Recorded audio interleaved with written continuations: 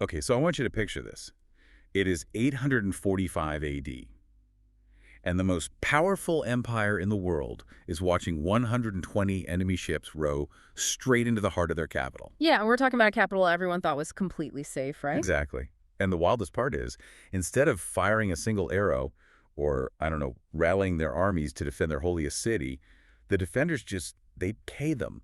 They hand the invaders the modern equivalent of billions of dollars just to walk away. It is, without a doubt, the ultimate extortion racket. I mean, it's just insane. It really is.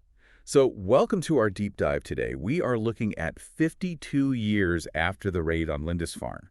And, Lindisfarne is the event that basically kicked off the Viking Age. Right, but the scale here has completely changed. We aren't talking about a few ships picking off an isolated monastery on the edge of the map anymore. No, not at all. Imagine you're standing on the banks of the river Seine. You look out over the water, and you just see this massive armada, thousands of hardened warriors. And they aren't on the stormy, unpredictable ocean. No, they're navigating the calm, internal arteries of the Frankish kingdom. Right, heading straight toward Paris. It remains, honestly, one of the most chilling images in medieval history. You have this massive, highly coordinated force penetrating the very center of Western Europe's greatest power. And the sources we have for this, the actual Frankish annals and chronicles written by the terrified people who lived through this, they paint a picture of just utter systemic failure. Total collapse. And our mission for this deep dive is to unpack these historical records. We really need to understand the mechanics of this first great Viking assault on Paris. Because it's not just about swords and shields, right? Exactly. We are going to look at the psychological warfare, the devastating trap of appeasement, and how this single event permanently shifted the balance of power. It took the power away from these established empires and basically handed it to mobile raiders. I am so ready to get into this, because reading through the source material, the most counterintuitive part of this entire narrative is the reaction of the defenders. Oh, absolutely. Like, the heirs of Charlemagne, the most powerful dynasty on the continent, essentially doom their own kingdom by just opening their checkbooks. Yeah, they write a check to make the problem go away. So let's unpack this. We have to start with the defenders, because to understand how an armada just rose up to Paris, we really need to understand the crumbling state of the Frankish Empire.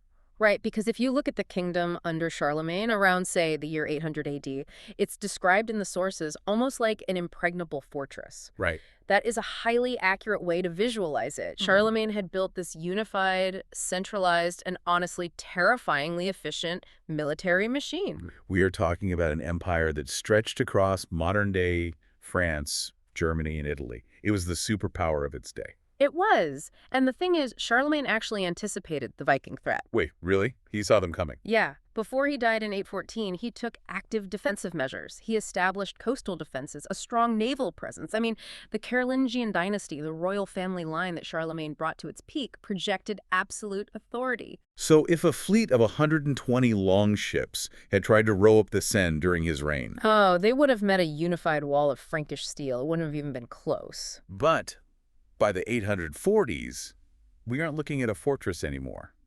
Reading the sources, it sounds more like an estate that's been split up among a bunch of squabbling heirs. Yeah, heirs who are too busy fighting each other in the living room to bother locking the front door. Exactly. The internal political collapse of the Carolingian dynasty is literally the foundation of this whole story. You see, the Franks had a very specific custom regarding succession. Right, they didn't do the whole eldest son gets everything thing. Exactly. They didn't practice primogeniture, they practiced partible inheritance. So they divided the realm among all the legitimate heirs. Which sounds fair, but in practice. In practice, it's a disaster. By the time we reach the 840s, Charlemagne's grandsons had engaged in this massive, deeply destructive civil war over who got which piece of the empire. So they effectively tore this magnificent unified superpower into competing hostile fragments. They did. And the piece of the pie we care about today, the western portion that actually contains Paris, falls to a grandson named Charles the Bald. Charles the Bald. And his position is incredibly shaky, right? Very shaky. Charles is ruling a fragmented, completely exhausted kingdom.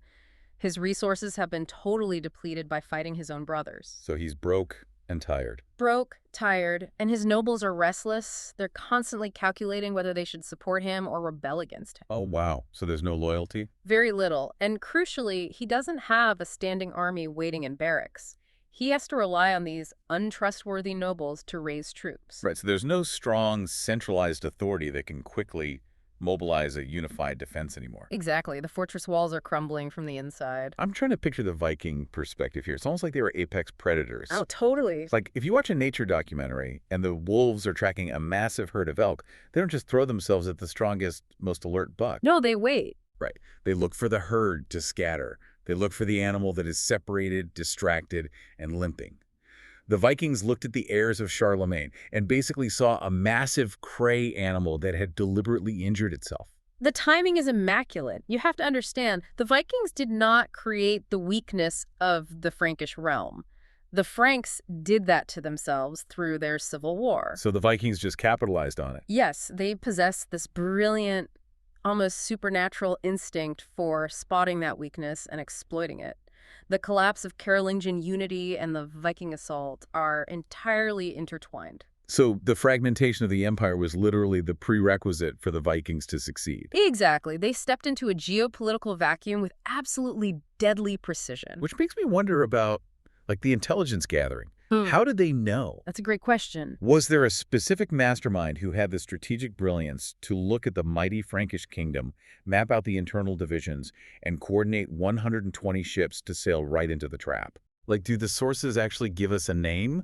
Or were these just a faceless horde to the Franks? No, the Frankish chronicles are actually incredibly specific here, which is rare. Usually, raiders in these texts are just described as the heathens or the Northmen. Right, just a generic boogeyman. Yeah, but in the records detailing the 845 invasion, the terrified scribes explicitly name the leader of this fleet. They call him Reginharus. Wait, Reginharus. That sounds incredibly close to Ragnar. That is because Reginharus is the Latinized form of Ragnar. Are you saying this is the legendary Ragnar Lothbrok? Like the one from all the sagas? Okay, so this is where we have to carefully separate history from myth. Okay, hit me. The legendary Ragnar Lothbrok of the Norse sagas is widely considered by historians to be a composite character. A mashup of different people. Exactly. The stories attributed to him span over a century of history. I mean, no single human being could have lived that long or achieved all those disparate feats across so many different countries. Right, that makes sense. However, this 845 siege of Paris provides our firmest, most undeniable historical anchor. There genuinely was a real historical Viking chieftain named Reginharus Ragnar who led this specific fleet and terrorized Paris. That is fascinating. Oh, and if you've seen the television show Vikings, this is exactly what they tapped into. Oh, yeah. Like when I was reading the source material today, I kept picturing the actor Travis Fimmel standing on the prow of a ship looking in the walls of Paris. The show does an incredible job of visualizing the sheer scale of the ambition there. Now, for dramatic purposes, the television series compresses the timeline a bit. Right, yeah, they take some liberties. Yeah, they take the events of this 845 raid and mash them up with a much later, even larger siege that happened in 885. They blend them into one giant storyline for Ragnar. I see where you're going. They combine the timelines, but the core motivation is historically accurate. Totally accurate. Because Paris wasn't just a wealthy city, it was the jackpot. It was the glittering prize of Western Christendom. Exactly. It was the psychological center of gravity for the Frankish world. Taking Paris was about wealth, certainly, but it was also a massive statement of power. Yeah. By putting a historical Ragnar at the gates of Paris, we're looking at the exact moment where the seed of the greatest Viking legend actually germinated. History and legend are overlapping right there on the River Seine in 845. Man, that's wild. But ambition alone doesn't get 120 ships past fortress walls. No, it doesn't. If medieval warfare was generally so slow and predictable, how did the Franks not see thousands of men coming from miles away? We need to look at the mechanics of this, what they call the river war. It's crucial. Because sailing up a river sounds simple to a modern listener, but it broke every rule of 9th century warfare. It absolutely shattered the existing paradigm of defense. You have to understand how a Carolingian army operated. Okay, paint the picture. Warfare back then was entirely land-based and incredibly slow. Armies consisted of thousands of men, massive baggage trains, slow-moving supply wagons getting stuck in the mud. Right, just a massive, clunky operation. Yeah, moving along established, well-known Roman roads. If an enemy was marching toward you, You had weeks of warning. You knew their routes. Because there's only so many roads you can take. Exactly. You could gather your forces at a strategic choke point, like a mountain pass or a major crossroads, and intercept them. The entire logic of national defense was based on the walking pace of a human being or a draft horse. So the Franks are looking at the roads, they're watching the highways, and then here come the Viking longships, bypassing the roads entirely. Completely ignoring them. It feels like someone avoiding a massive fortified highway toll booth by driving off-road ATVs straight through the woods and right into your backyard. That is a perfect analogy. The longship is the technological marvel that makes the entire Viking Age possible. Yeah, let's talk about the ships. The key feature here is the shallow draft. The draft is basically how deep the ship sits in the water. These ships were clinker-built, meaning their planks overlapped, making the hull incredibly flexible but also highly buoyant. A fully loaded Viking longship carrying dozens of warriors and supplies might only draw about 3 feet of water. 3 feet. Wait, so you could practically stand up in the water they were sailing in. Precisely. You could wade in it. This meant they could transition seamlessly from the violent, deep waters of the open ocean right into the shallow, winding internal river systems of Europe. That is terrifying. The Franks viewed the Seine River as a safe internal highway for local trade. The Vikings turned it into a surprise invasion route. They could move with the current, utilize the tides coming in from the ocean, and when the wind died, they had the terrifying speed of synchronized oarsmen. They never had to stop moving. They could appear hundreds of miles inland, strike a target with devastating force, and be rowing back to the sea before a Frankish land army could even lace up their boots, let alone march across the country to intercept them. So King Charles the Bald is suddenly faced with an existential crisis. He gets word that 120 ships are rowing at high speed toward Paris. Right, his worst nightmare. He desperately gathers whatever army he can mobilize on short notice. But the sources detail how he makes a fatal tactical error once he actually reaches the riverbank. What did he do? He takes his army and he divides it in half. He stations one half of his soldiers on the left bank of the Seine and the other half on the right bank. Wait, hold on. Let me push back on that being a blunder. Okay, go ahead. If I am Charles the Bald, and I am defending a massive river, Yeah. and I have absolutely no idea which bank these highly mobile Vikings are going to land on, wouldn't I put troops on both sides? I mean, it seems logical. Right. What else is he supposed to do? Yeah. If he puts his entire army on the left bank, the Vikings just row over to the right bank, get out, and walk to Paris. That is the brilliant, agonizing trap of defending against longships. Your logic is completely sound, and it's exactly what Charles was thinking. He wanted to protect both sides of the river valley. Okay, so why was it a mistake? Because the reality of the geography works entirely against him. By splitting his forces, he just diluted his overall strength. Neither half of his army is now at full fighting capacity. Oh, I see. And the critical issue is the river itself. The Seine is a massive, fast-flowing body of water. If the Vikings attack the left bank, the soldiers on the right bank cannot quickly or safely cross the water to reinforce their comrades. They're cut off from each other. They are effectively two isolated armies. Man, I hadn't thought about it that way. The river isn't just a road for the Vikings, it's a physical barrier preventing the Frankish army from operating as a single unit. And Ragnar, being the apex predator we discussed earlier, recognizes this vulnerability instantly. Of course he does. He doesn't split his 120 ships to fight on two fronts. He concentrates his entire overwhelming force against the smaller Frankish army on just one bank. He brings the full weight of the armada down on half an army. Exactly. The Franks on that side are completely overwhelmed. They are routed, their lines collapse, and the Vikings take over 100 Frankish soldiers as prisoners. Oh, wow. This brings us to a moment in the sources that I really want to slow down and examine because it is pure, calculated horror. It really is. The Vikings have over 100 prisoners. Usually in medieval warfare, you hold high-ranking prisoners for ransom or you kill them in the heat of battle. Right, that was standard practice. But Ragnar doesn't do either. He takes these surviving men to an island right in the middle of the River Seine, and they hang them. All of them. All of them. In a massive, deliberate spectacle. But structurally, logistically, how do you even do that? Why go to the immense physical effort of stringing up over 100 struggling men on an island in the middle of a rushing river? Because it is a masterclass in psychological warfare. You have to consider the logistics and the audience. The audience? Yes. They likely used the trees on the island or constructed makeshift gallows from the timbers of the area. But the effort was the point. They didn't do this quietly in the dead of night. Oh, They no. hanged these men in full, unobstructed daylight right in front of the other half of the Frankish army who were still standing helplessly on the opposite bank of the river. Oh, wow.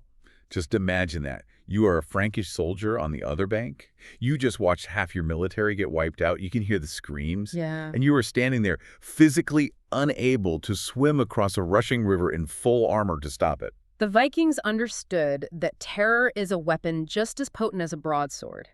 They were broadcasting a message across the water. This is what happens to those who resist us. Your resistance is fatal. Your God has abandoned you. That is chilling. It completely paralyzed the surviving Franks.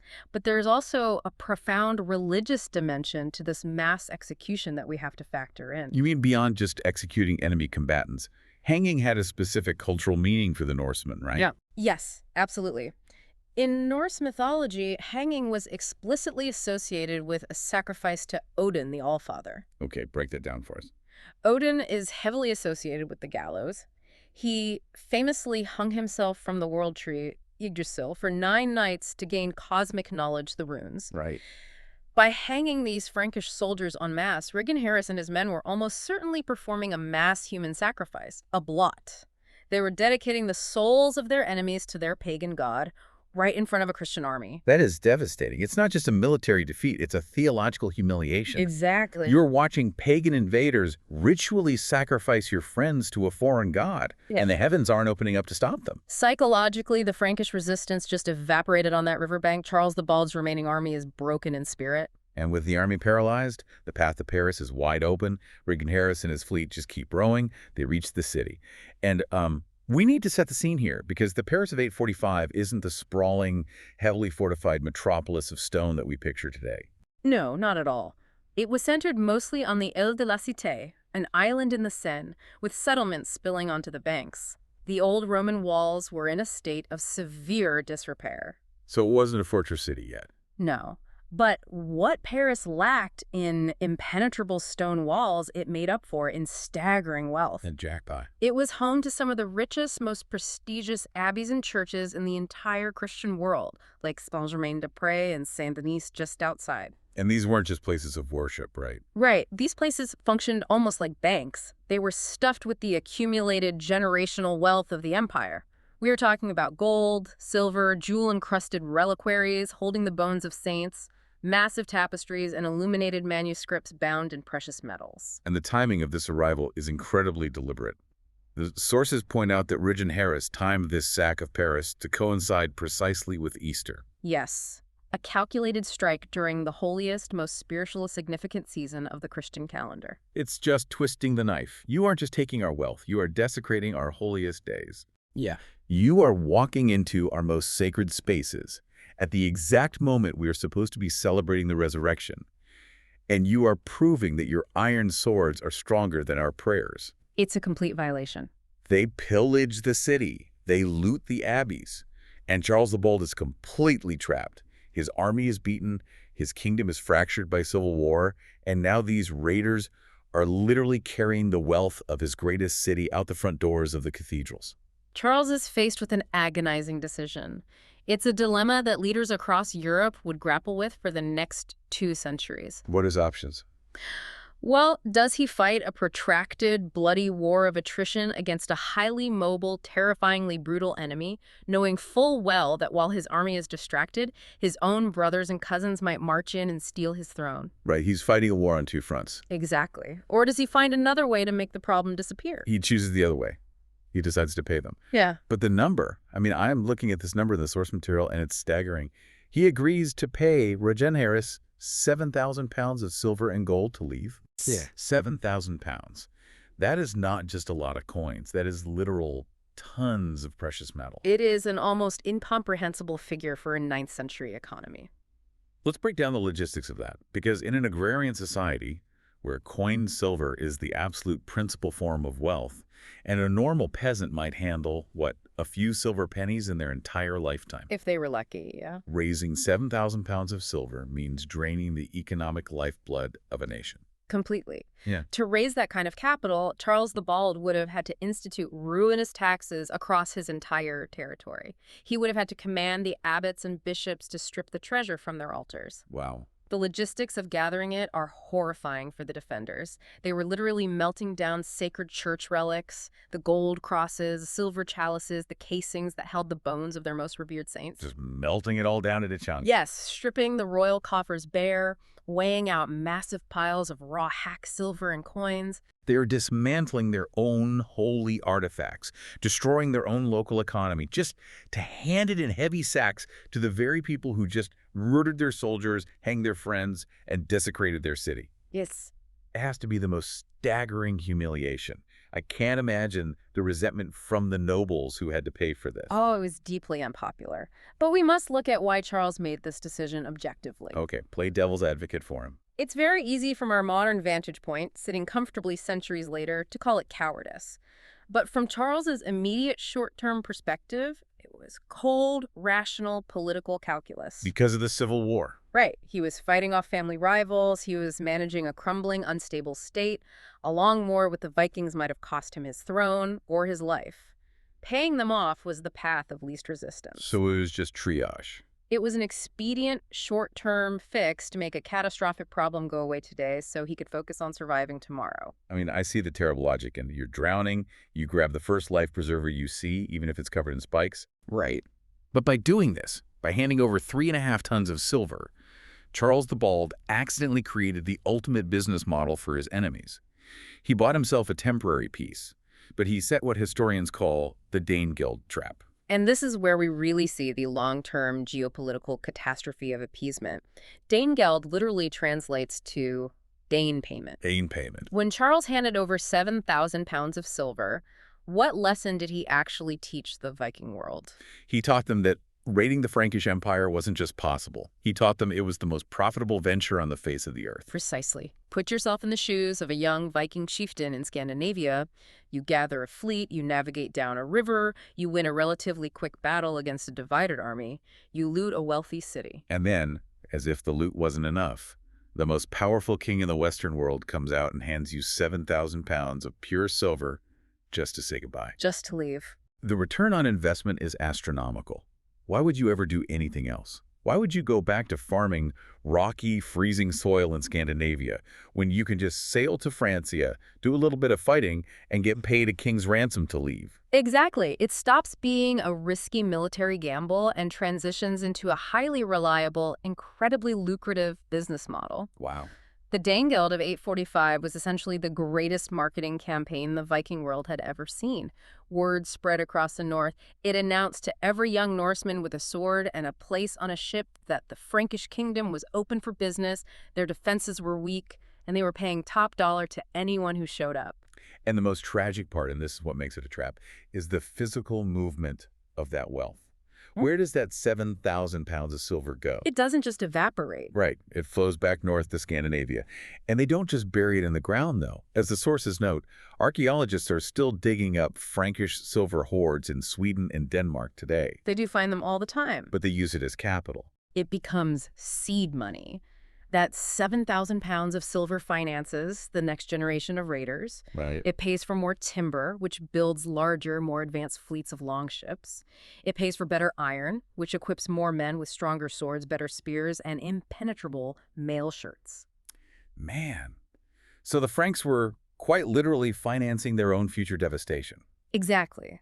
By paying the Danegeld, they capitalized the very military-industrial complex that would terrorize Europe for the next 100 years. It's the fundamental flaw of appeasement. When you pay an extortionist to go away, you solve today's problem, but you guarantee tomorrow's disaster. You reward the aggression, and you fund their next attack with your own money. And the Franks fell perfectly into this cycle. They paid the Danegeld time and time again over the coming decades. Because once the precedent is set, it is incredibly difficult to break. Every successive Viking fleet that arrived expected the same payout. And they usually got it. So what was the actual solution? Because clearly, melting down church relics and writing massive checks wasn't working. If Charles the Bald couldn't fight them in 845, how do you actually stop a threat like this? Well, the only real solution, which leaders like Alfred the Great in England would eventually pioneer, and even the Franks would adopt much later under the Edict of Petrus, was to stop paying and start building real physical infrastructure to neutralize the longships' advantage. What kind of infrastructure? You had to block the rivers. You build heavily fortified, low-hanging bridges that the longships physically cannot row past. Oh, that's smart. You build walled towns or evers so the population has somewhere to hide. You reform your military to be a standing, mobile force. What, in 845? In 845. They didn't have the resources, the unity, or the tactical imagination to do that yet, so they just paid the ransom. Okay, so the Vikings take the money. They load up their 120 ships, which are now sitting much lower in the water because they are weighed down with 3.5 tons of silver. Yeah, riding very low. And they start rowing back down the Seine toward the ocean. Now, I want to talk about the psychological aftermath for the defenders. How on earth did the proud, deeply religious Franks cope with this? It was a crisis of faith. Right. They just handed the economic lifeblood of their empire to pagan raiders who hanged their soldiers and desecrated their holiest sites on Easter Sunday. How do you process that level of cognitive dissonance without your entire society collapsing in despair? That is where the Frankish Chronicles provide a truly strange and deeply revealing footnote to this whole campaign. Yes. I love this detail. The sources record that on the journey home, a mysterious plague or severe sickness broke out among the Viking fleet. Right. It explicitly states that many of the raiders fell violently ill, suffered terribly, and died. Now, if we look at this objectively from a medical standpoint, was there an outbreak of dysentery or some other infectious disease in a fleet of thousands of men living in close, unsanitary quarters on ships for months? Yeah, probably. It is highly probable. Disease killed far more men in medieval warfare than swords ever did. But what's fascinating here is not the epidemiology, it's the interpretation. How they spun it. Exactly. The Frankish scribes immediately framed this sickness as an act of divine providence. They wrote it down as God's righteous punishment. God striking down the heathens who dared to defile his churches. It is a profound, desperate psychological coping mechanism. If we think back to the records surrounding the Lindisfarne raid, you'll remember the letters of Alcuin of York. Oh, yeah. The Christian world in the 8th and 9th centuries was desperate to maintain its theological worldview in the face of these humiliating defeats. The core worldview was simple.